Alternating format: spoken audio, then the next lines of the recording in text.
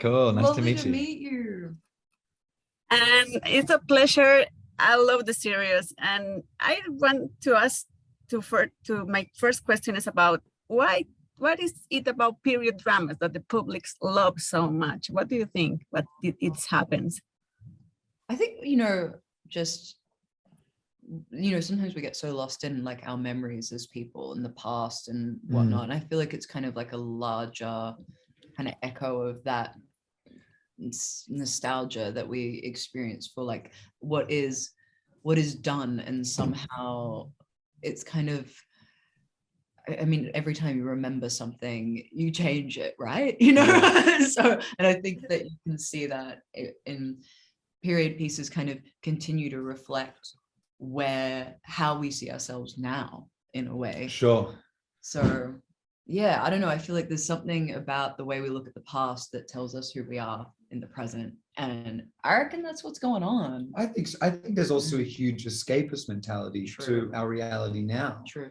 But when you rehash a time period as it has been done so many times, the 18th century has been shown in many different ways, but if you can do it in a new way, I find that to be like so compelling. Because to be honest with you, there's that many period dramas coming out on TV now. It's very hard to cut a different kind of stream in all of it and not get lost in all the other ones. So I think that's why I like when you take a different perspective on it, which you've seen our show. So it is different in some regards, and it's a little bit darker and grittier, but also has a very complex kind of like, the narratives between the two and showing villains in a different light and following kind of these baby villains, as you put it, in a very different way. It's different to your, hero's journey or your, the protagonists that are these very pleasant people. It's like, here's some kind of gnarly dudes and people, let's just see what happens. And it's kind of like grotesque in an emotional way, as opposed to like, we're not going to give you the kind of blood and gore and that some shows will. We kind of like it's the emotional warfare, which is much more powerful, It's strange what desire makes. I'm going to marry him. You can't trust him. I am obsessed with the memory of you. He's such a fool to wait for you while all the time she's waiting too. Not the same. This is a series that brings us characters that we have already seen in other previous production. How did you study your characters, knowing that you were going to represent that origin rarely seen before? Well, I mean, apart from being like a huge fan of many of its iterations and being familiar with the book, and I also really was excited about getting into like the history of this relationship that has haunted them and driven them throughout their lives. Because I think what's the most surprising about it is that they are nearly unrecognizable from who they will become. And I think that that's so much more kind of true to life. And like, because we always, in retrospect, like the power of hindsight allows us to create this kind of coherent idea of like, oh, of course, all along. But so many, of the bad actors of the world, and I'm not meaning like in our profession. I mean like so many of like our tyrants were at one point like promising young people, and I think that decision to want to conquer the vulnerability that can make us potential losers in the game of life is sometimes what takes people to a point where they create a kind of an armor, they create a character that can win, but then they don't actually get to experience anything, that is worth living for. No, true. And I think it's also so common today to try and find the bad in so many people. But what I like about this is we're actually kind of searching for the good. True. Unfortunately, you don't necessarily find it as much as you kind of hoped you would.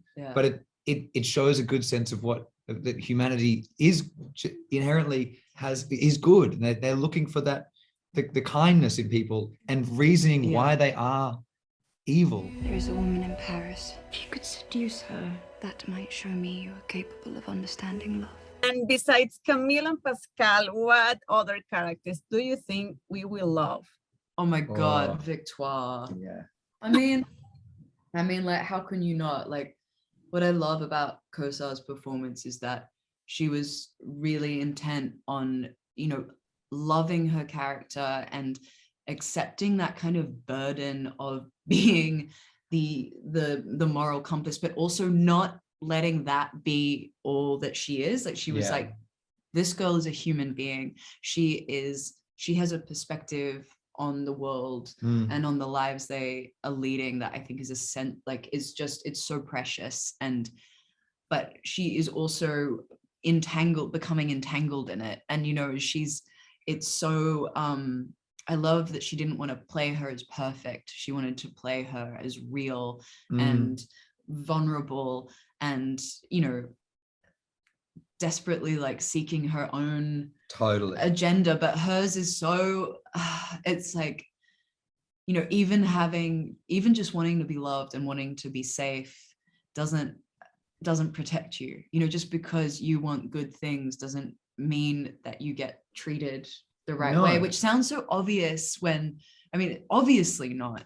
But I think sometimes in stories, you know, like we try to protect people. We try to protect the characters we love because we have that control, but life doesn't fucking do that. Work in that way.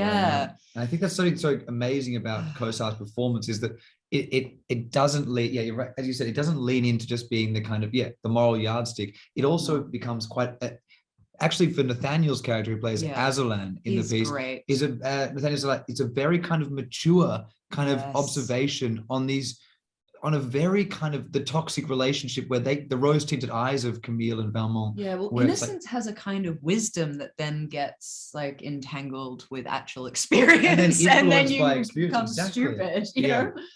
But I think you're also gonna love, like, Carice is incredible, Paloma's amazing, Hilton Pelsayo. I love Ahmed so much, good. And Colette. They're all good. Pascal's family, step family, I just find like, oh my God, they're so good. And I have to say goodbye, but before I want to tell shortly the experience about shooting the costumes. Did it take a long time to get ready? What details can you tell us shortly? Yeah, I mean, it was hours and hours in the morning every day. Just so many layers. Like there was one time we were shooting like a ball scene for like over a week, night shoot. Basically, my outfit was so huge, you could have taken shelter. You could have taken shelter from the storm in what I was wearing. And I could see you trying to get through the hallways. It's like, oh yeah, I know. Like, how did they? Everything was a joke. That was just they must like a joke on the women trying to move around in those things. It was crazy. But I have to say, like, we were working with some really genius people, like Andrea and Daniel and and David, our head of departments. I mean, they've just made such a beautiful world for us to be in. I'm so excited for other people too, because I love that stuff. It means so much when you get to like really get in there and imagine it all. Thank you so much, both of you. I will hope that the people in Colombia enjoy the series because it's very good. Oh, thank you. Thank you for talking to us. So too. Lovely to meet you. Have a nice day. It's a really pleasure.